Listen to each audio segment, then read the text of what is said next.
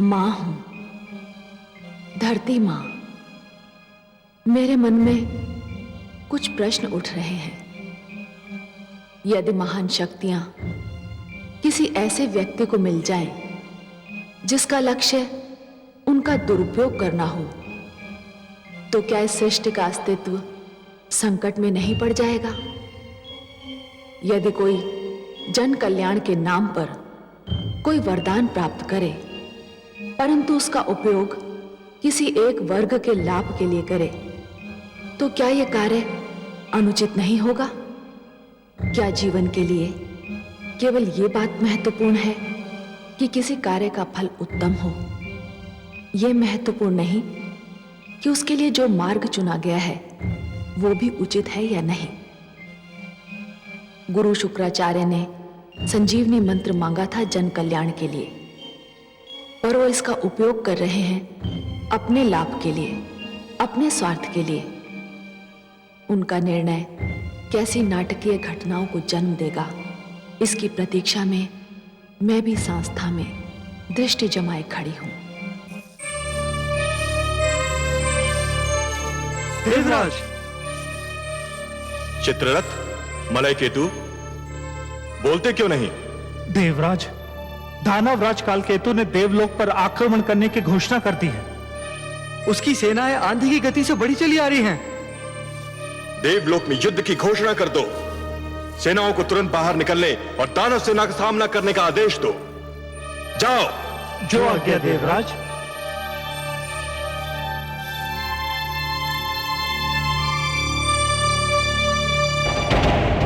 मेरे लिए ये युद्ध अपने दानव शिष्यों को दिए गए वचन को निभाने का अवसर है। मैंने अपने शिष्यों को वचन दिया था कि मैं दानव संस्कृति की रक्षा करूंगा और उसे विजयी बनाऊंगा। क्या इसके लिए युद्ध प्रथम और अंतिम मार्ग है? हाँ देवी, मैं तो उस मार्ग पर अपना पग धर भी चुका। तो फिर आप छाया की भांति मुझे हर पल अपने साथ पाएंगे। मेरे लिए मेरा पति सर्वश्रेष्ठ है। मैं आपकी धर्म पत्नी हूँ स्वामी। जीवन में कोई और नाता, कोई और संबंध यदि महत्व भी रखता है, तो इस नाते के बाद रखता है। आप जाइए। जब तक आप लौट कर नहीं आएंगे, मैं आपकी विजय की प्रार्थना करती रहूंगी।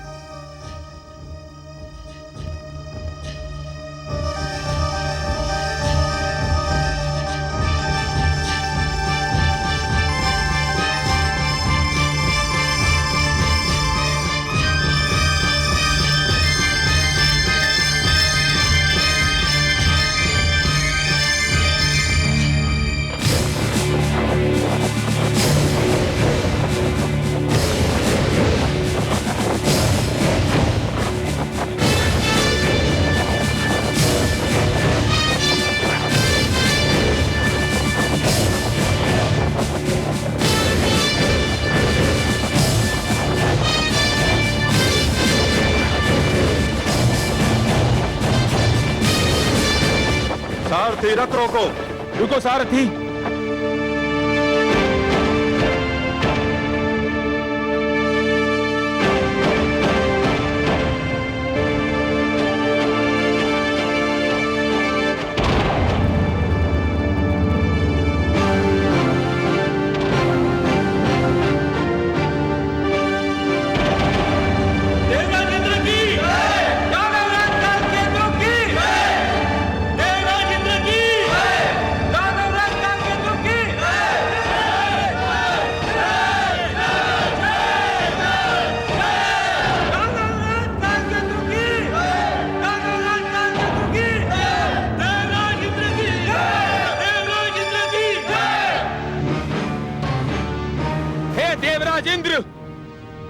तुम्हें बहुत घमंड है अपनी शक्ति पर। आज का दिन तुम्हारे घमंड का अंतिम दिन होगा। आज हम अपनी पराजय और अपने अपमान का प्रतिशोध लेने आए हैं। चलो युद्ध आरंभ करो। आक्रमण तुमने किया है दानवराज कालकेतु, तुमने, हमने नहीं। हम तो अपनी सुरक्षा के लिए लड़ेंगे। युद्ध तुम आरंभ करो, तुम। कायर, ये क्यों नहीं कहते कि तुम में युद्ध और आक्रमण करने का साहस नहीं रह गया है? हम तुम्हें युद्ध में पहल करने का निमंत्रण दे रहे हैं और तुम पीछे हट रहे हो। चलो आक्रमण करो। हम कायर नहीं है और ये सत्य तुम भली भांति जानते हो। हम पहले भी तुम्हें कई बार पराजित कर चुके हैं और आज भी यही होगा। हमें तुम्हारा निमंत्रण स्वीकार है। सावधान कालकेतु।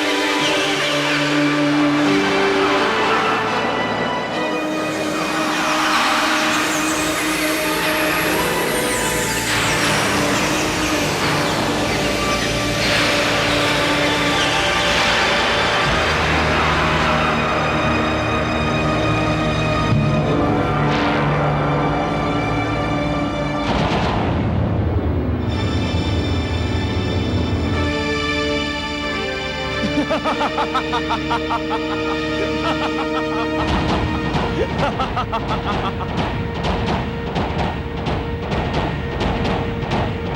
तक तुमने प्रहार किया है, अब हमारी बारी है। सावधान!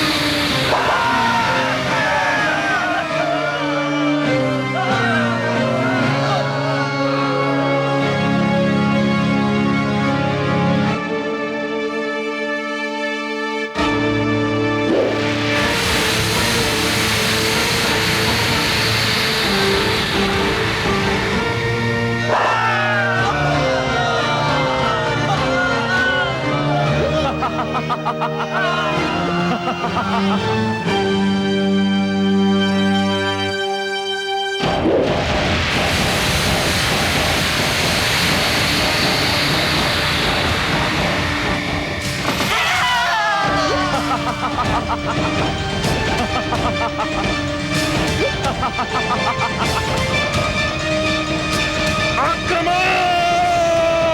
आक्रमण करो!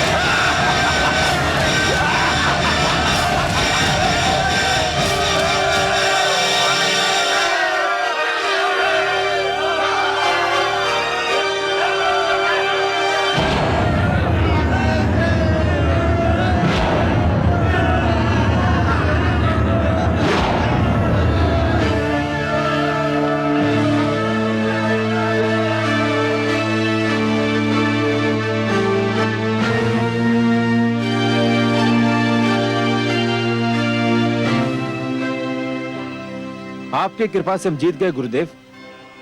तुमने पहली बार हमें गुरु दक्षिणा दी है कालकेतु।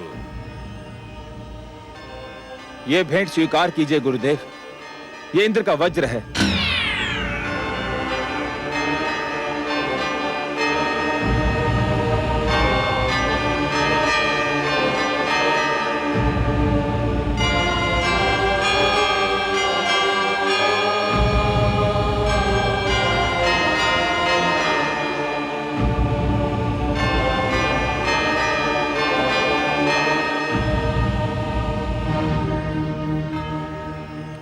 विजय श्री की बधाई हो स्वामी।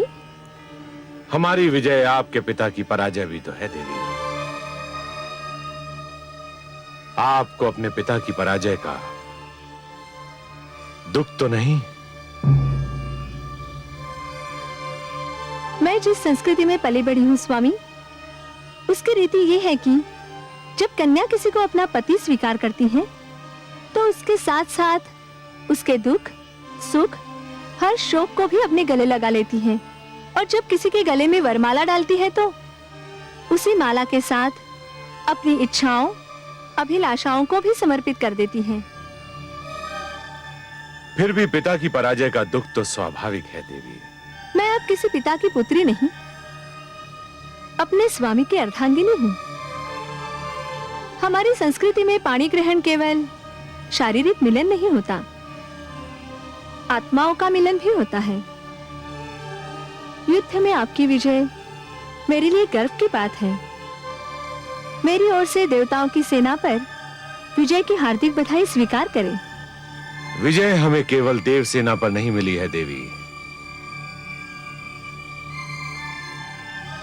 हमने मृत्यु पर भी विजय पा ली है। अब दानव लोक के लिए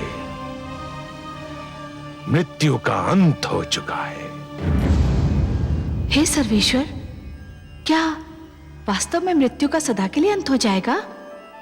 नहीं महादेवी, जीवन और मृत्यु तो एक दूसरे के लिए अनिवार्य है।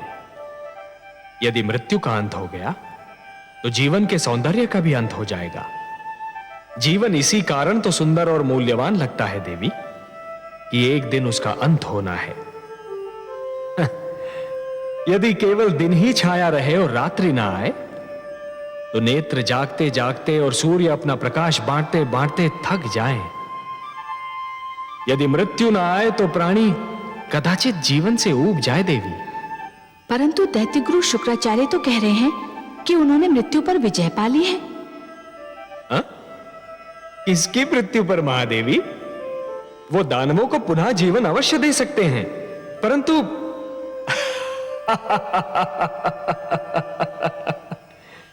महादेवी आप तो बस देखती जाइए कि जिस अभिमान ने देवेंद्र के सिर में अपना डेरा जमा रखा था, अब वही अभिमान दैत्य गुरु शुक्राचार्य के सिर में अपना घर बना रहा है। परंतु हे कमल नयन, अभी तो देवेंद्र बहुत उदास, बहुत दुखी और बहुत टूटे हुए दिख रहे हैं। हाँ महादेवी, हाँ, भूल का मूल्य तो चुकाना ही पड़ता है।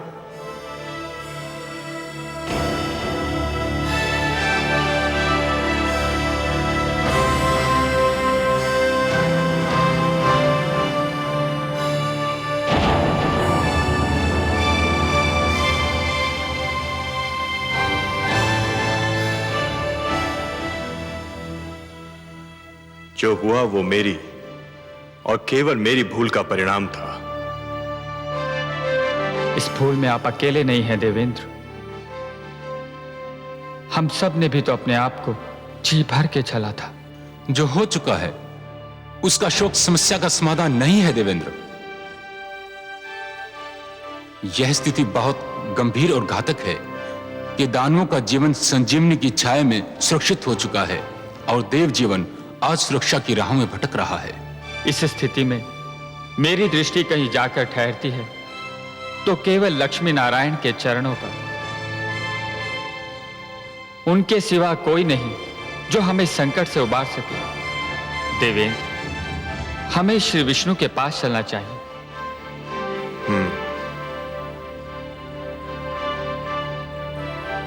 अब उनके अतिरिक्त और कौन आश्रय दे सकता है? उनके अतिरिक्त कौन रक्षा कर सकता है? कह दीजिए समस्त देवताओं से, क्या हमें मिलकर भगवान श्री विष्णु के पास जाना है?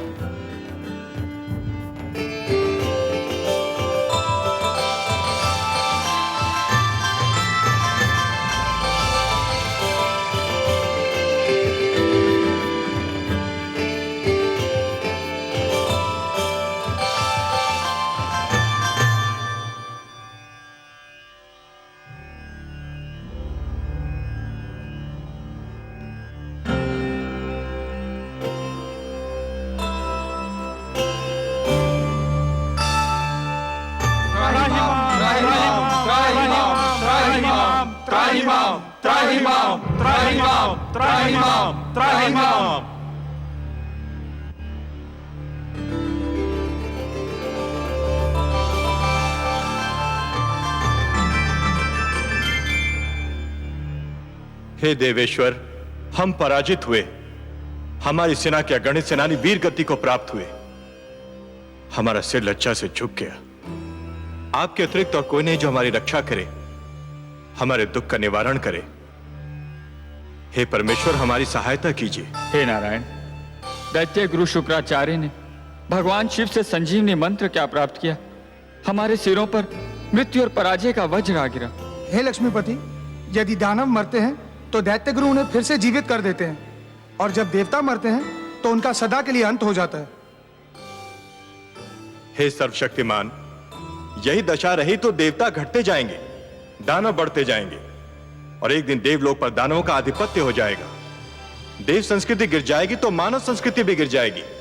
जब हम संजीवनी मंत्र से सुरक्षित नहीं, तो मानव तो और भी दुर्बल है। हमें संजीवनी मंत्र से बचाइए प्रभु, हमारी सहायता कीजिए। संजीवनी मंत्र का केवल एक उत्तर है, अमृत। अमृत? अमृत? अमृत वो है जो पीने वाले को अमर बना देता है। मृत्यु उसे छू नहीं सकती। परंतु हे लक्ष्मी नारायण, अमृत हमें कहां मिलेगा, कैसे मिलेगा? देवेंद्र, अमृत आपको समुद्र से मिलेगा, सागर का मंथन करने से मिलेगा। अमृत? परंतु हे जगदीश्वर, हमें तो अमृत के विषय में कुछ भी ज्ञान नहीं। हे देवराज, जिस प्रकार दूध के भीतर माखन छिपा तो होता है, परंतु वो मिलता तभी है जब दूध को मथा जाता है, उसी प्रकार समुद्र के भीतर अनेक पदार्थ छिपे हैं, अनमोल रत्न छिपे हैं। उन्हें केवल मंथन के द्वारा ही निकाला जा सकता है। अमृत उनमें सबसे अनमोल है। सत्य तो यह है देवगण कि मंथन मथने और खंगालने की उस क्रिया का नाम है जिसके द्वारा स्वयं के भीतरी गुणों और अवगुणों की खोज की जाती है। मानव यह मंथन प्रतिदिन करता है। वो प्रतिदिन स्वयं को मथता है, खंगालता है और स्वयं के भीतरी गुणों और अवगुणों को बाहर निकालता है। आश्चर्य तो यह है कि वो मानव होकर भी इस क्रिया से परिचित है और आप देवता होकर भी इस क्रिया से अपरिचित हैं। पर हे लक्ष्मीपति, हम समुद्र का मंथन करेंगे कैसे? मंथन मथानी और डोरी की सहायता से किया जाता है। मैं आपके लिए मंदर पर्वत को मथानी बनाऊंगा और वासुकी नाग की डोरी दूंगा। परंतु एक तीसरी वस्तु की भी आवश्यकता होती है देवगण, जिसका प्रबंध आपको स्वयं करना होगा। और किस सामग्री की आवश्यकता होती है सर्वेश्वर? डोरी को खींचने और मथानी को डुलाने के लिए 2 दलों की आवश्यकता होगी देवेंद्र, जो डोरी को 2 छोरों से पकड़कर खींचेंगे। उनके बिना तो मंथन संभव ही नहीं है। बिल्कुल वैसे ही जैसे दूध मथने के लिए 2 हाथों की आवश्यकता होती है। तो हम देवता आधे एक छोर पकड़कर आधे दूसरा, यह कार्य तो सरलता पूर्वक कर सकते हैं। मंदर की मथानी को डुलाना है देवेंद्र, वासुकी नाग की डोरी को खींचना है। संजीवनी मंत्र के प्रभाव ने आपकी संख्या को घटा दिया है और आपकी घटी हुई छोटी सी संख्या इतना महान कार्य नहीं कर सकेगी।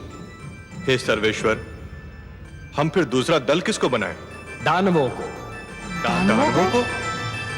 हां, दानवों को। यदि दानव आपका साथ दें तो समुद्र मंथन संभव है, और समुद्र मंथन होगा तभी संजीवनी का उत्तर भी प्राप्त होगा। हे परमेश्वर, ये तो एक असंभव अभियान होगा। सर्वप्रथम तो दानव हमारी बात सुनेंगे ही नहीं, और यदि सुन भी ले तो मानेंगे नहीं। हे कृपा निधान, दानवों को तो अमृत की आवश्यकता भी नहीं जिसके लिए वो हमसे सहयोग करें। उनके गुरु के पास तो संजीवनी मंत्र की शक्ति है, उन्हें तो यूं भी मृत्यु से मुक्ति मिल चुकी है। हे दीनदयाल, यदि दानव मान भी गए तो दैत्य गुरु शुक्राचार्य उन्हें कभी हमसे सहयोग की अनुमति नहीं देंगे। निस्संदेह नहीं देंगे, और यही तो आप सबके विवेक और बुद्धि की परीक्षा होगी देवगण। आपको दैत्य गुरु शुक्राचार्य को भी अपने तर्क से संतुष्ट करना होगा। पर हे देवेश्वर, उनके आगे हम क्या तर्क रखेंगे?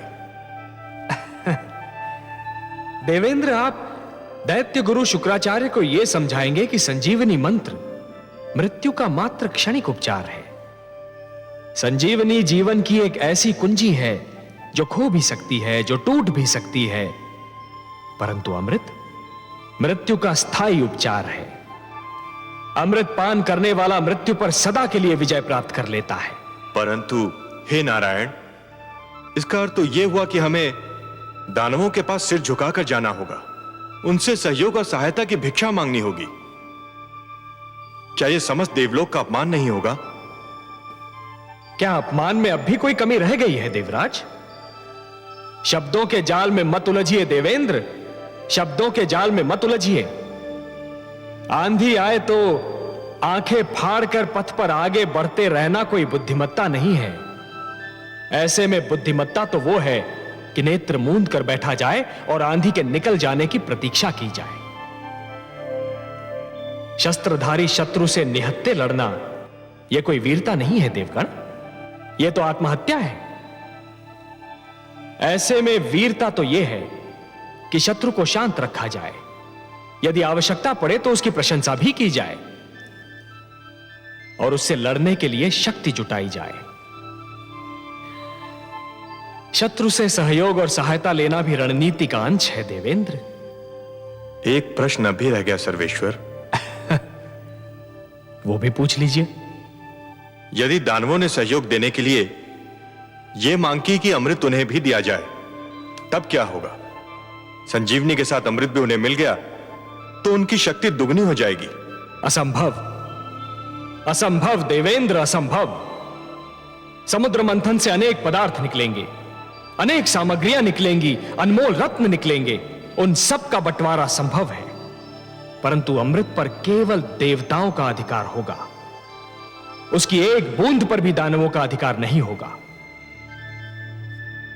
अब यह कैसे होता है, यह देखना मेरा कार्य। यदि दानवों ने अमृत मांगा तो मैं स्वयं बीच में आऊंगा। हे त्रिलोकीनाथ, आप संकट नाशक हैं, तारनहार हैं, हमारे नायक हैं। आपने इस निराशा में आशा का दीप जला दिया। हमें अनुमति दीजिए जगदीश्वर। आपका और माता लक्ष्मी का आशीर्वाद हमारे साथ रहा तो हम अवश्य अपने अभियान में सफल होंगे। हम शीघ्र ही लौटकर दानवों का सहयोग मिलने का समाचार आपको सुनाएंगे।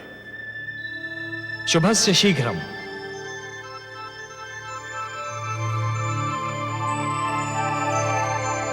हे कमल नयन, आपने अभी कहा कि दानवों से सहयोग लिया जाए, किंतु उन्हें अमृत की एक बूंद भी न दी जाए। हाँ महादेवी, मैंने यही कहा। परंतु हे सर्वेश्वर, क्या ये छल नहीं कहलाएगा? कार्य की परिभाषा उसका उद्देश्य निर्धारित करता है महादेवी। यदि उद्देश्य उत्तम हो तो उसे छल का नाम नहीं दिया जाता, उसे नीति का नाम दिया जाता है। देवताओं को भी नीति से कार्य लेना होगा। छल तो गुरु शुक्राचार्य कर रहे हैं महादेवी। उन्होंने भगवान शिव से कहा कि संजीवनी मंत्र उन्हें मानव कल्याण के लिए चाहिए, पर क्या वो मानव कल्याण कर रहे हैं? वो तो संजीवनी मंत्र का उपयोग केवल दानव कल्याण के लिए कर रहे हैं, और यह छल है देवी, यही छल है। और इसके उत्तर में कोई भी कार्य, भले ही उस पर छल का संदेह ही क्यों न हो, उचित ही नहीं उत्तम भी है। आप तो उत्तरों के उत्तर हैं, तर्कों के तर्क हैं और उद्देश्यों के उद्देश्य हैं कमल नयन।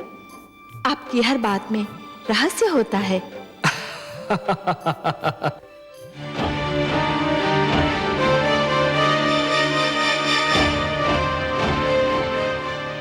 दानवराज की जय हो। देवलोक से देवराज इंद्र अपने सहयोगी देवताओं के साथ पधारे हैं और दानवराज की सेवा में उपस्थित होने की अनुमति चाहते हैं। पराजय विजय से मिलने आई है महाराज, बधाई हो। सावधान कालकेतु, उनके आने में अवश्य ही कोई रहस्य है। देवराज और उनके साथी देवताओं को सम्मान सहित सभागार में लाया जाए। जो आज्ञा दानवराज।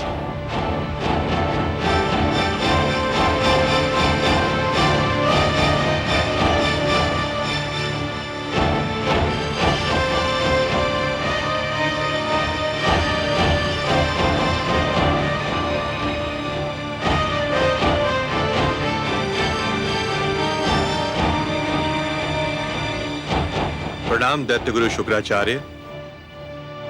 प्रणाम दानवराज कालकेतु। दानव सभागार में देवराज इंद्र का स्वागत है। कदाचित यह पहला अवसर है जब देवराज और अन्य देवताओं ने अपने चरणों की धूल से दानव सभागार को पावन किया है। आप सत्य कह रहे हैं महाराज, नहीं तो हम इस योग्य कहां थे, कितने महान व्यक्तियों के दर्शन पाते। ये ना भूलिए महाराज कालकेतु कि हमें वैर के अतिरिक्त भी एक नाता है। उस नाते को भी स्पष्ट कर दीजिए देवराज। हम और आप अलग अलग माताओं के किंतु एक ही पिता की संतानें हैं। हम एक दूसरे के भ्राता भी हैं दानवराज। मेरे दानव शिष्यों को सदैव इसका स्मरण रहा है देवराज, परंतु लगता है देवताओं की स्मरण शक्ति कुछ दुर्बल है। उन्हें इस नाते का स्मरण बस कभी कभी रहता है, आवश्यकता अनुसार। ऐसा क्यों कह रहे हैं दैत्य गुरु? ऐसा इसलिए कह रहा हूं देवराज, यदि देवताओं को यह नाता स्मरण रहता तो आपके प्रिय भगवान विष्णु को हयग्रीव का वध करते समय थोड़ा संकोच अवश्य होता, परंतु उन्होंने मेरे शिष्य हयग्रीव को बड़ी निर्ममता से मार डाला। बीती बातों का स्मरण सर्प निकल जाने के उपरांत लकीर पीटने के समान होता है दैत्य गुरु। हम बीती बातें भुला देने के उद्देश्य से ही आप सबकी सेवा में उपस्थित हुए हैं। परंतु हम तो नहीं बोल सकते कि हयग्रीव अब जीवित नहीं है।